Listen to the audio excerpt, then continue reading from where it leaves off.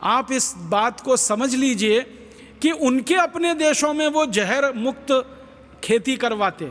America में और Europe के देशों में जो किसान खेत में जहर नहीं डालते उनको 400% तक सब्सिडी दी जाती है सरकारों की तरफ से, ज़्यादा कीमत दे के खरीदती है। तो अपने देश में यूरोप और अमेरिका के किसानों को वो कहते हैं कि जहर मुक्त खेती करो, विष मुक्त खेती करो, खेत में जहर मत डालो और ज़्यादा पैसा ले लो सरकार से। और वही देश की कंपनियां भारत में आकर उल्टा काम करती हैं, जहर युक्त खेती कराती हैं, विष युक्त खेती कराती हैं और हमारे खेतों की धमनियों में, हमारी धरती माता की धमनियों में इतना जहर इतना जहर इतना जहर डलवा दिया है कि आपके खून में, मेरे खून में, भारतवासियों के खून में ये जहर आने लगा है। हमारे देश में कई वैज्ञानिक संस्थाओं ने तो यहाँ तक रिसर्च करके बताया है कि माताओं के दूध में अभी एंडोसल्फान पाया गया है, माताओं के दूध में एल्डी कार्ब पाया गया, माताओं के दूध में लिंडेन निकला है, माताएं अपने नौनिहाल बच्चों को जो दूध पिलाती हैं उसमें ये जहर पाया गया है। आप सोचिए कि ये जहर कितने बड़े पैमाने पर, कितने बड़े स्तर पर हमारे देश के लोगों के स्वास्थ्य के साथ खिलवाड़ कर रहा है। बहुत बड़ा मौत का व्यापार ये हो रहा है।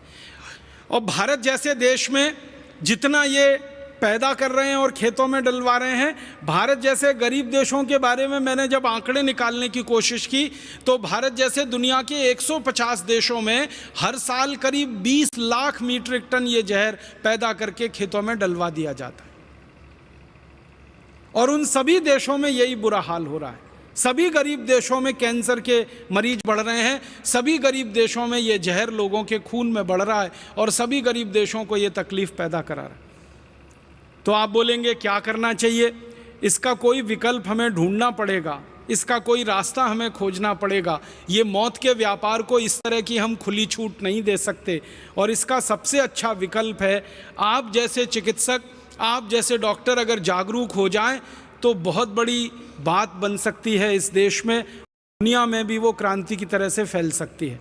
अर्थशास्त्र में एक सामान्य सिद्धांत है कि डिमांड पहले होती है, सप्लाई उसके पीछे पीछे आती है। आप सब चिकित्सक बंधु अगर चाहें तो सारे देश में जैविक अनाज के लिए, बहुत अच्छे अनाज के लिए, विषमुक्त अनाज के लिए, जहरमुक्त अनाज के लिए एक वातावरण निर्माण कर सकते हैं। आप इस देश में एक डिमांड खड़ी कर सकते हैं और उस डिमांड को भरने के लिए फिर किसानों को मजबूर होकर गाय के गोबर से, भैंस के गोबर से, बैल के गोबर से विषमुक्त खेती करनी पड़ेगी, जहर मुक्त खेती करनी पड़ेगी। फिर उनका बिकना शुरू होगा, फिर धीरे धीरे इन कंपनियों के बाजार खत्म होंगे और इनका जो षड्यंत्र और साजिश चल रहा है भारत में, ये पूरी तरह से हम नाकामयाब बना पाएंगे और इसको ख़त्म कर पाएंगे। यही एक रास्ता है, दूसरा कोई रास्ता नहीं। और आपसे इस रास्ते पर चलने की अपेक्षा इसलिए की जाती है कि आप इसको अच्छे से समझ सकते हैं और किसी को समझा सकते हैं। हमारे देश में डॉक्टर की कही हुई बात और एक साधारण व्यक्ति की कही हुई बात में ज़मीन आसमान का अंतर होता है। जब कोई मरीज किसी डॉक्टर के मुंह से कुछ सुन लेता है तो वो कहता है ये डॉक्टर ने कहा है, और उसके लिए डॉक्टर भगवान का प्रतिरूप है, वो इससे कम पर बात नहीं करता है। मैंने देखा है बहुत सारे मरीजों को, वो आपका प्रिस्क्रिप्शन लिखा हुआ स्लिप लेके किसी दुकान पर जाते हैं, केमिस्ट के पास, और मैंने देखा वो झगड़ा करते हैं केमिस्ट से। झगड़ा किस बात का होता है? केमिस्ट कहता है कि डॉक्टर साहब ने ये जो दवा लिखी है ये तो है नहीं मेरे पास, ऐसी ही बहुत अच्छी दूसरी दवा है। वो झगड़ा करता है, नहीं नहीं मुझे वो नहीं चाहिए, यही चाहिए जो डॉक्टर ने लिखी है। और वो समझाते समझाते केमिस्ट परेशान होता है कि भैया एक ही दवा के ये दो नाम हैं। वो मानता ही नहीं है, डॉक्टर ने लिखी है इसलिए मुझे तो यही चाहिए, क्योंकि उसका भरोसा है आप पर, क्योंकि विश्वास है आप पर। आपके ऊपर जो मरीजों का ये भरोसा और विश्वास है, इसका सदुपयोग करते हुए आप इस बड़े मौत के व्यापार को बंद कराने में बहुत बड़े सहायक हो सकते हैं। जब आप मरीजों को ये कहना शुरू कर देंगे कि देखो भाई, तुम्हारी बीमारी ठीक करने के लिए दवा तो मैं दे रहा हूँ, लेकिन इस दवा से ज़्यादा भी तुम्हें दूसरे काम करने पड़ेंगे, तो वो पूछेगा क्या करूँ? तो कहने लगो जहर मुक्त अन्न खाना शुरू करो, जहर मुक्त सब्जियां खाना शुरू करो, जहर मुक्त फल खाना शुरू करो। तो वो कहेगा कहाँ मिलेगा? तो जहाँ से ये मिल रहा है जहर युक्त, वहीं जहर मुक्त मिलेगा। मांग पैदा करो, डिमांड पैदा करो, तो लोग अपने आप पैदा करेंगे। तो पहले कम पैदा होगा, शायद ज़्यादा कीमत में बिकेगा, फिर ज़्यादा पैदा होने लगेगा, कीमतें कम होती जाएंगी और एक सामान्य रूप से पूरे भारत के लोगों को विषमुक्त अनाज, विषमुक्त भोजन, विषमुक्त सब्जियां और विषमुक्त फल उपलब्ध हो जाएं। एक तरफ इन कंपनियों का बाजार भी खत्म हो जाएगा, उनकी ताकत भी कमज़ोर हो जाएगी और दूसरी तरफ हमारे लोगों को कैंसर जैसी गंभीर बीमारियों से बचने का रास्ता भी खुल जाएगा। माताओं के शरीर में ये जो जहर आ गया है दूध के रूप में, ये भी कम होता चला जाएगा। और एक सबसे आखिर में जो बड़ा काम होगा वो ये कि सारे भारत देश में जब ये खेती में क्रांति आ जाएगी तो बड़ा सवाल पैदा होगा वो ये कि क्या बिना यूरिया, बिना डीएपी उत्पादन हो पाएगा? क्योंकि हमारे देश में ये जहर बेचने वाली कंपनियों ने एक कुतर्क फैला रखा है कि यूरिया डीएपी के बिना तो उत्पादन हो ही नहीं सकता। मैं आपको विनम्रतापूर्वक एक जानकारी देना चाहता हूँ। इस भारत देश में बहुत सारे जागरूक किसान पिछले 15 सालों में ऐसे निकले हैं जिन्होंने अपने खेत में यूरिया डीएपी डालना बंद कर दिया, जिन्होंने एंडोसल्फान, मेलाथियान, पैराथियान डालना बंद कर दिया, जिन्होंने लिंडेन, एलडी कार्ब जैसे खतरनाक जहर डालना बंद कर दिया। ऐसे हज़ारों किसान हैं और उनकी करीब 20 लाख एकड़ ज़मीन पर बिना यूरिया, बिना डीएपी अनाज पैदा हो रहा है, बिना किसी जहर के, बिना किसी कीटनाशक और जंतुनाशक के सब्जियां पैदा हो रही हैं, फल पैदा हो रहे हैं। 20 लाख एकड़ में खेती भारत में हो रही है। सबसे ज़्यादा ये खेती महाराष्ट्र में हो रही है, कर्नाटक में हो रही है, आंध्र प्रदेश में हो रही है, तमिलनाडु में हो रही है, केरल में हो रही है, मध्य प्रदेश में हो रही है, छत्तीसगढ़ में हो रही है, अब तो झारखंड, बिहार में भी शुरू हो गई है। हज़ारों किसान लग गए हैं और उन किसानों का अनुभव ये कहता है कि यूरिया डीएपी से वो जितना पैदा करते थे उससे ज़्यादा पैदावार उनकी बिना यूरिया, बिना डीएपी से हो रही है। आपको मैं आंकड़े बताना चाहता हूँ कि जो किसान पहले यूरिया डीएपी से 1 एकड़ में 30 मीट्रिक टन गन्ना पैदा करते थे, अब वही किसान गाय का गोबर, भैंस का गोबर, बैल का गोबर खेतों में डालकर 1 एकड़ में 90 मीट्रिक टन गन्ना पैदा कर रहे हैं, 3 गुना ज़्यादा। जो किसान पहले यूरिया डीएपी से 1 एकड़ में 15-20 क्विंटल तक गेहूं पैदा करते थे, आज वो गाय के गोबर, बैल के गोबर, भैंस के गोबर का उपयोग करके 1 एकड़ में 25 से 30 क्विंटल गेहूं पैदा कर रहे हैं, ठीक दुगना। जो किसान पहले 2 से 2.5 क्विंटल कपास पैदा करते थे 1 एकड़ में यूरिया डीएपी से, आज वो 7 क्विंटल कपास पैदा कर रहे हैं बिना यूरिया, बिना डीएपी के। गेहूं ज़्यादा हो रहा है, धान ज़्यादा हो रहा है, गन्ना ज़्यादा हो रहा है, सब्जियां भरपूर हो रही हैं, फल भरपूर हो रहे हैं। तो ये सबसे बड़ा झूठ है जो पिछले 40-45 साल इस देश में फैलाया गया कि उत्पादन सिर्फ यूरिया डीएपी से ही बढ़ सकता है। उत्पादन बिना यूरिया, बिना डीएपी के भी बढ़ता है। और दुनिया में जब ये कीटनाशक और जहर नहीं बनाया जाता था, दूसरे विश्व युद्ध के पहले तक कभी भी दुनिया में ये जहर बना नहीं और कहीं डाला नहीं गया। ये तो सेकेंड वर्ल्ड वॉर में हुआ कि ये जहर का उत्पादन शुरू हुआ, क्योंकि 1945 में जब दूसरा विश्व युद्ध खत्म हो गया तो यूरोप की बहुत सारी कंपनियों के सामने ये संकट खड़ा हो गया कि वो बनाएं क्या, क्योंकि उन कंपनियों में जहरीले रासायनिक हथियार बनाए जाते थे और वो हथियार विश्व युद्ध में इस्तेमाल होते थे। तो जब तक विश्व युद्ध चला तब तक हथियार बिकते रहे। जब विश्व युद्ध खत्म हो गया तो हथियार बेचने का रास्ता बंद हो गया, तो हज़ारों यूरोप की और अमेरिका की कंपनियों के सामने संकट खड़ा हो गया कि वो उत्पादन क्या करें।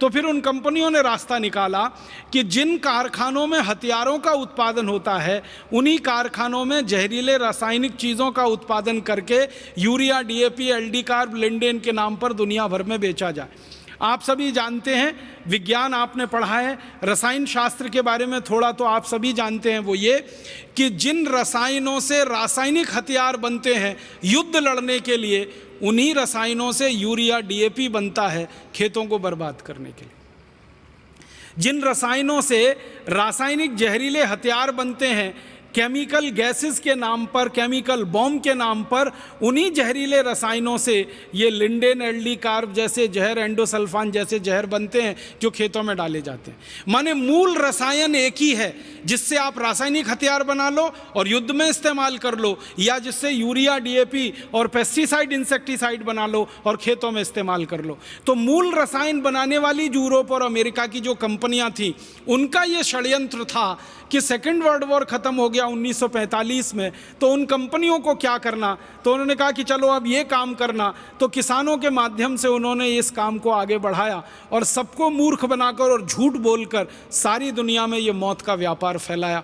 अब हमको ये बात अगर समझ में आ गई है तो हम इस मौत के व्यापार को बंद कराएं, और इस मौत के व्यापार को पहले अपनी धरती से बंद कराएं, फिर अपने पड़ोसी देशों की धरती से बंद कराएं, और फिर दुनिया की धरती से इस मौत के व्यापार को बंद कराएं। क्योंकि सबको जिंदा रहने का उतना ही अधिकार है जितना इन कंपनियों के मालिकों को आलीशान तरीके से जीवन बिताने का अधिकार है, वैसे ही गरीब से गरीब किसान को जिंदा रहने का अधिकार है। दूसरा एक मौत का व्यापार जो हमारे देश में और दुनिया में चल रहा है वो व्यापार है सिगरेट का।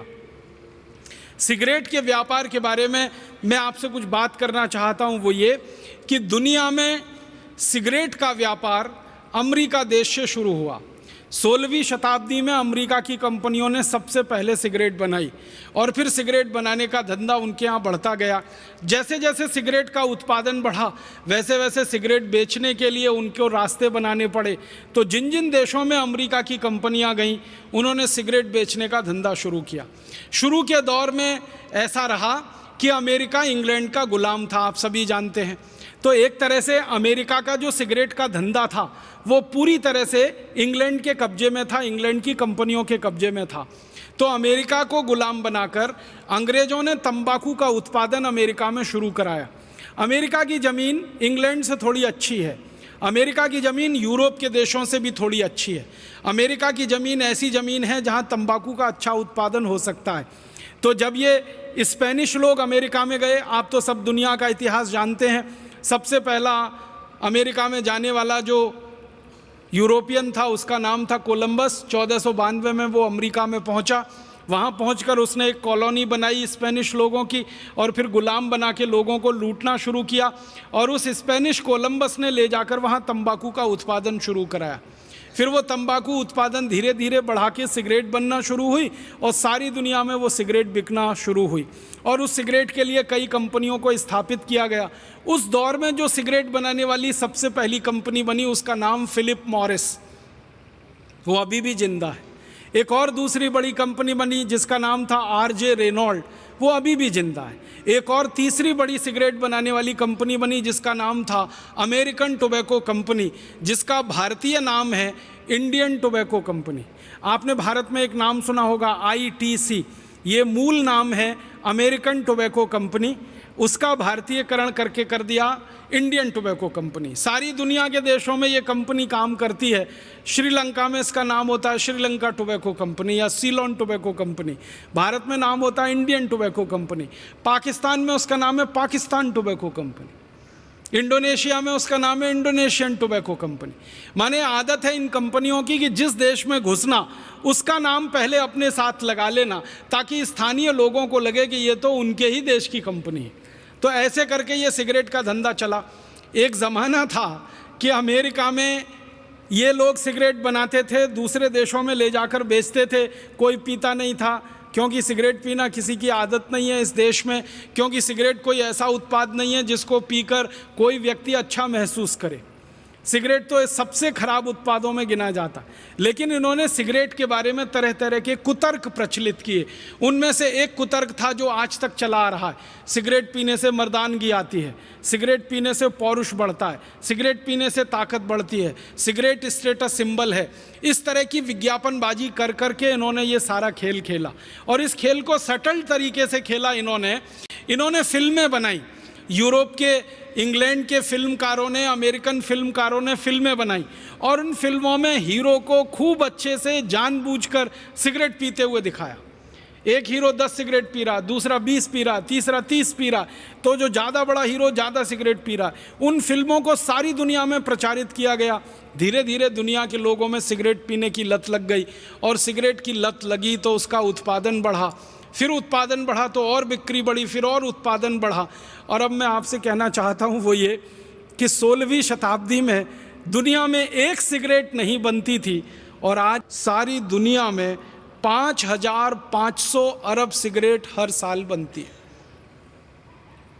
5,500 अरब सिगरेट, 5,500 अरब सिगरेट। अरब बिलियन अंग्रेजी में, अमेरिकन बिलियन 100 करोड़ का होता है। तो 5,500 अरब सिगरेट सारी दुनिया में बनती है और इसको 142 करोड़ लोग पीते। अब ये 142 करोड़ लोग दुर्भाग्य से अमेरिका में, यूरोप में, भारत और भारत जैसे कई गरीब देशों में हैं और इन देशों को सिगरेट पिला पिला के लोगों का सारा खून पसीने की कमाई का पैसा निचोड़ रही हैं ये कंपनियां। फिलिप मॉरिस है, आरजे रेनॉल्ड है, अमेरिकन टोबैको कंपनी है, ऐसी सिगरेट के धंधे में लगी हुई 40 बड़ी कंपनियां हैं अमेरिका और यूरोप के देशों की। ये कंपनियां अंधाधुंध व्यापार कर रही हैं और इस व्यापार में अंधाधुंध मुनाफा कमा रही। आपके मन में एक प्रश्न आ सकता है कि मुनाफा कितना हो सकता है सिगरेट के बिजनेस में? हज़ारों प्रतिशत का मुनाफा है सिगरेट के बिजनेस में। एक सिगरेट बनाने का अधिकतम खर्चा, इन कंपनियों की बैलेंस शीट में से आंकड़े निकाल कर मैं आपसे बात कर रहा हूं, वो फिलिप मॉरिस हो या आरजे रेनॉल्ड हो या अमेरिकन टोबैको कंपनी हो या मार्लबोरो हो, कोई भी सिगरेट बनाने वाली बड़ी कंपनी की बैलेंस शीट आप देखो निकाल के, एक सिगरेट बनाने का अधिकतम खर्चा 20 पैसे आता है। एक सिगरेट बनाने का अधिकतम खर्चा 20 पैसे आता है और वो सिगरेट बड़े आराम से भारत जैसे देश में 2 से 3 रुपए में, कभी कभी 4 रुपए में बिक जाती है। अगर 20 पैसे सिगरेट बनाने का खर्चा है और 2 रुपए में सिगरेट बिक रही है तो आप अंदाज़ा लगा लीजिए मुनाफा हज़ारों प्रतिशत में है और ये कंपनियां लाखों करोड़ों रुपए कमा रही हैं इस धंधे से, जो सिगरेट का धंधा है। भारत में इन कंपनियों का क्या हाल है? हमारे देश में ये जो कंपनियां हैं जिनके नाम मैंने लिए, ऐसी 40 कंपनियां, ये हर साल करीब 20 अरब सिगरेट भारत में भी बेच रही हैं और वो 20 अरब सिगरेट को हमारे देश के लगभग 20 करोड़ लोग पी रहे हैं और पीकर अपने फेफड़े गला रहे हैं, अपने खून को विषाक्त कर रहे हैं। और आप जानते हैं कि जो लोग सिगरेट पीते हैं वो अपना जितना नुकसान करते हैं उससे ज़्यादा नुकसान वो उस पड़ोसी का कर देते हैं जो उनके नज़दीक बैठता है और सिगरेट नहीं पीता है कभी भी। आप जानते हैं जो पैसिव स्मोकर होता है वो एक्टिव स्मोकर से ज़्यादा खतरनाक और संवेदनशील स्थिति में होता है, क्योंकि ये जो पैसिव स्मोकर है और ये जो एक्टिव स्मोकर है, जो पीने वाला है वो तो धुएं को बाहर फेंकता है और जो नहीं पीने वाला है वो सारे धुएं को अपने द्वारा खींच लेता है अंदर। तो पीने वाले से ज़्यादा धुआं नहीं पीने वाले के शरीर में चला जाता है। आप जानते हैं कि किसी बस में बैठा हुआ कोई एक व्यक्ति सिगरेट सुलगा ले, पूरी बस परेशान हो सकती है। रेल के डिब्बे में बैठा हुआ कोई व्यक्ति एक सिगरेट सुलगा ले, पूरे डिब्बे में बैठे हुए लोग परेशान हो जाते हैं। तो भारत में ऐसे 20 करोड़ लोगों को लत पड़ गई सिगरेट पीने की और वो पी पी के अपने हृदय को जला रहे हैं, खून को जला रहे हैं, फेफड़ों को जला रहे हैं और अपने पड़ोसियों को भी जला रहे हैं। एक और दूसरा बड़ा मौत का व्यापार चल रहा है इस देश में। इस मौत के व्यापार को बढ़ाने में भारत देश में 2 तरह के लोगों की बड़ी भूमिका रही है। एक तो नेताओं की, जिन्होंने इन सिगरेट कंपनियों को खुली छूट दे रखी है जो सिगरेट बना के भारत में बेच रहे हैं, और दूसरा सिगरेट के प्रचार करने वाले प्रचारकों की, जिन्होंने सिगरेट का अंधाधुंध प्रचार किया है इस देश में। आपको मैं बताना चाहता हूं, हमारे देश में आईटीसी कंपनी की एक सिगरेट बिकती है जिसका ब्रांड नेम है विल्स, WILLS, विल्स। इस ब्रांड नेम से सबसे ज़्यादा बिकने वाली सिगरेट है वो आईटीसी की कंपनी की है। अब इस सिगरेट को भारत में ज़्यादा से ज़्यादा बिकवाना, तो ये कंपनी ने पता है क्या किया? सालों साल इसने भारत की पूरी क्रिकेट टीम को खरीद लिया, सालों साल। और आप याद करिए कि भारत की क्रिकेट के टीम के सारे खिलाड़ी जो टी शर्ट पहनते थे उस पर सामने छाती पर विल्स लिखा रहता था। इंडिया पीछे लिखा होता था, विल्स आगे लिखा होता था। भारत पीछे है, सिगरेट बेचने वाली कंपनी का नाम आगे है।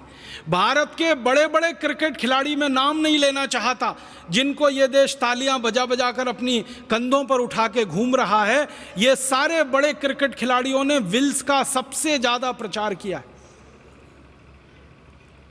हमारे देश में सबसे ज़्यादा रन जिस क्रिकेट खिलाड़ी ने बनाए हैं वो विल्स का सालों साल प्रचारक रहा है। उसके बैट पर विल्स लिखा रहता है, उसके ग्लव्स होते हैं उस पर विल्स का स्टिकर, उसकी छाती पर विल्स, उसके पैड पर विल्स, हर जगह विल्स विल्स विल्स।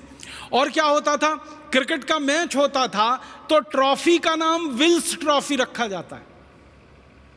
मैदान जिस पर खेल हो रहा है क्रिकेट का, उसमें दो तरफ विकेट्स होते हैं, दोनों तरफ जो एंड होता है बॉलिंग करने का, वहाँ विल्स लिखा जाता था। फिर मैदान में चारों तरफ विल्स के बहुत सारे होर्डिंग्स और साइन लगाए जाते थे। मतलब जो क्रिकेट मैच देखने आ रहे हैं वो क्रिकेट से ज़्यादा विल्स विल्स विल्स देखते थे।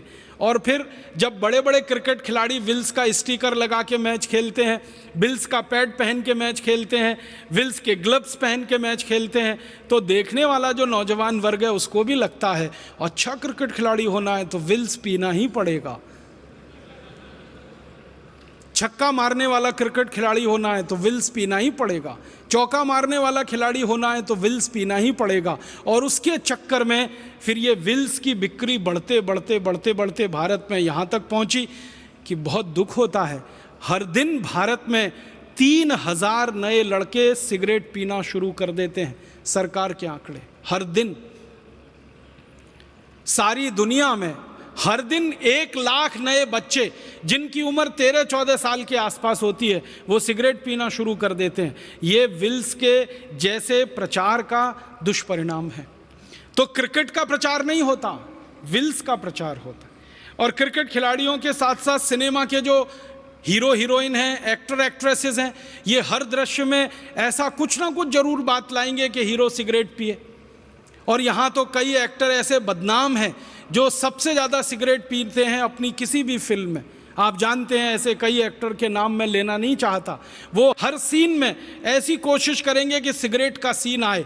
बेटा बाप के सामने सिगरेट पी रहा है, भाई बहन के सामने सिगरेट पी रहा है, पति पत्नी के सामने सिगरेट पी रहा है। फिल्मों में ऐसे दृश्य जानबूझ के ठूसे जाएंगे तो फिल्म देखने वाले लोगों के अवचेतन मन में वो सिगरेट बैठती है फिल्म से ज़्यादा, और फिर वो बाहर निकलते हैं हॉल से तो सिगरेट उड़ाना शुरू कर देते हैं। और आप जानते हैं 14-15 साल की उम्र में किसी ने एक बार अगर सिगरेट पी ली तो फिर उसको आप सिगरेट का नशेड़ी बनाने से नहीं रोक सकते, क्योंकि वही सबसे संवेदनशील उम्र होती है और धीरे धीरे उस रास्ते पर वो चल पड़ते।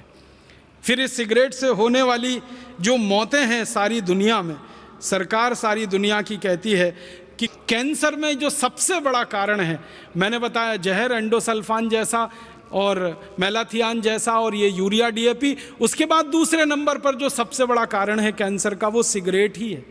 और सारी दुनिया में करोड़ों करोड़ों लोग इस सिगरेट को पी के मर रहे हैं, प्रत्यक्ष रूप से परोक्ष रूप से। प्रत्यक्ष रूप से वो मर रहे हैं जो सिगरेट को खींच रहे हैं, परोक्ष रूप से वो मर रहे हैं जो उनके पड़ोस में बैठकर सारा धुआं खींच रहे हैं। भारत में तो अभी धीरे धीरे सिगरेट की बिक्री बढ़ा रहे हैं। चीन जैसे देश में काफ़ी इन्होंने बिक्री बढ़ा दी है और ऐसे ही ये बिक्री बढ़ाते बढ़ाते इनका अंतिम लक्ष्य है कि दुनिया के अधिक से अधिक लोगों को सिगरेट पिला देना, ताकि 40 विदेशी कंपनियों के खजाने में लाखों करोड़ों रुपए जमा हो सके। ये दूसरा बड़ा मौत का व्यापार है जो चल रहा है हमारे देश में और दुनिया में। आपसे एक विनम्र निवेदन है कि इस मौत के व्यापार को भी आप बंद करा सकते हैं और हमारे नौजवानों को और सिगरेट पीने वाले बहन भाइयों को समझा सकते हैं। एक डॉक्टर की जो समझाइश होती है वो किसी दूसरे की नहीं हो सकती है। इसलिए आपसे मैं निवेदन करना चाहता हूँ, अपील करना चाहता हूँ कि आपके पास जो मरीज आते हैं, जो पेशेंट आते हैं, उनको आप समझाइए, विनम्रता से बताइए कि इन सिगरेट से कितना नुकसान होता है, व्यसन से कितना नुकसान होता है और सिगरेट कैसे आपके अंदर तक को जलाती है और कैसे खराब करती है। सभी तरह के व्यसन में हमारा देश डूबा हुआ है। फिर उसके बाद एक शराब का व्यापार है जो मौत का व्यापार बन गया है। इस शराब के व्यापार को भी हमें बंद कराना है। भारत में 32,000 शराब की दुकानें हैं, 20,000 करोड़ की शराब बिक रही है, लाखों करोड़ों लोग इससे बर्बाद हो रहे हैं। और इसी तरह से एक बड़ा व्यापार हमारे देश में अफीम का है, मार्फीन का है और बहुत सारी नशीली दवाओं का है। हज़ारों मीट्रिक टन नशीली दवाएं बिक रही हैं और लोगों को तकलीफ़ में डाल रही हैं। तो मेरा आप सभी चिकित्सक भाइयों से यही विनम्र निवेदन है कि इन सभी मौत के व्यापारों को इस देश में जल्दी से जल्दी आप बंद कराइए और जल्दी से जल्दी इस भारत देश को एक रहने लायक, अच्छा, समर्थ, स्वस्थ और समृद्धशाली देश बनाइए।